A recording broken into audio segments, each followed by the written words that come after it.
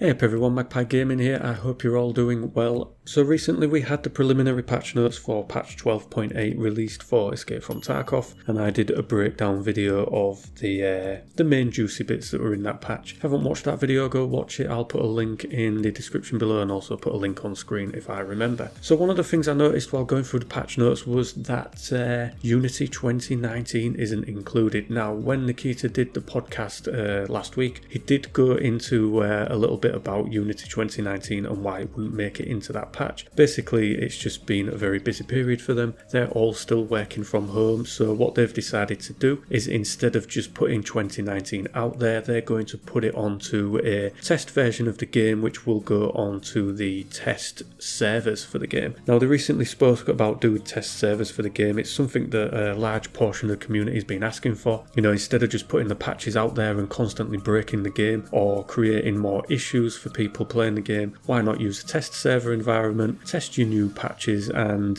new weapons, gear and things like that on there, and then when you roll it out to the main game it should all work hunky-dory. So this is what Escape from Tarkov or Battlestate games are going to do. Now in order to get in on these test servers, it is going to be an invite only basis. Now I don't know what the criteria for being invited is. I don't know if it's going to be completely random, which to be honest it won't be. There will be a number of prominent streamers that will just get invited onto it no matter what, but I am hoping that they do invite a large portion of just the general gamers of Escape from Tarkov onto these servers as well, because one of the things that is going to happen with streamers, and I know that some of them don't do it on purpose but some of them do, they will give feedback that sort of contorts the game to what they want and what they think their viewers want to see, and that kind of pulls the game away from just the average gamer sitting down chilling out and having a good gaming session. It's going to be twisted towards the streamers. This in turn usually makes the game a lot harder for the casual gamer, so hopefully they have a good portion of other people in on there as well. But what Nikita did say was that he doesn't want to invite people that aren't going to give feedback. He wants the people that play on the test environment to give as much feedback as possible, to point out every single bug that they come across or every single issue that they come across, so that when they do eventually roll out, especially Unity 2019, onto the main game, it should be a seamless and a very smooth transition. Now you can say, well, why are we having to wait for Unity 2019? Why not just put it on? You did it with the last Unity. Well, to be honest, if you look at the update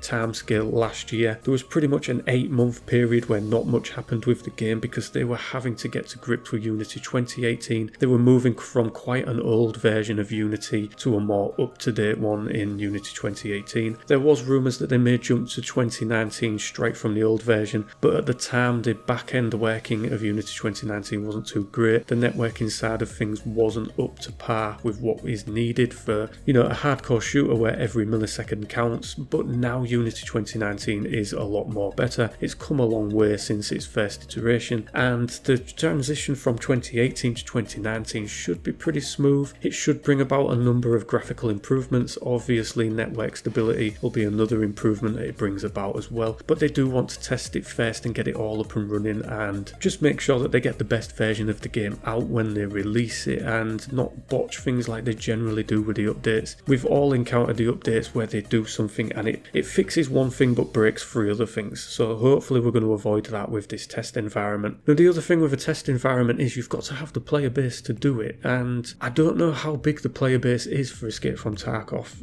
When all of the Eroctic thing came out with accounts being compromised, they said that up to 2 million accounts were compromised. Is that just a percentage of the player base? Was that the whole player base? Who knows? We just really don't ever get player numbers for the game. So I'm hoping that the amount that get moved onto the test servers doesn't detract from the amount that are playing the actual game. So I'm hoping that there is a big enough player base to go around and do both the normal environment and the test environment. But that is pretty much where Unity 2019 is at the moment. I think as a lot of other people were just expecting it to roll out with update 12.8 and it would just be pushed into the game, and it's not going to be the case. They're going to test it first. So obviously they'll be testing other things in this test environment as well. I would think that any kind of small update to the game will be pushed to the test environment first, and then we will get it later on, and hopefully by then all of the bugs and the issues will be smoothed out. But yeah, that's an update on Unity 2019 for Escape from Tarkov. So as always, ladies and gentlemen, thank you very much for watching and listening. Don't forget to like, share and subscribe, and I'll catch you in the next one. Take care.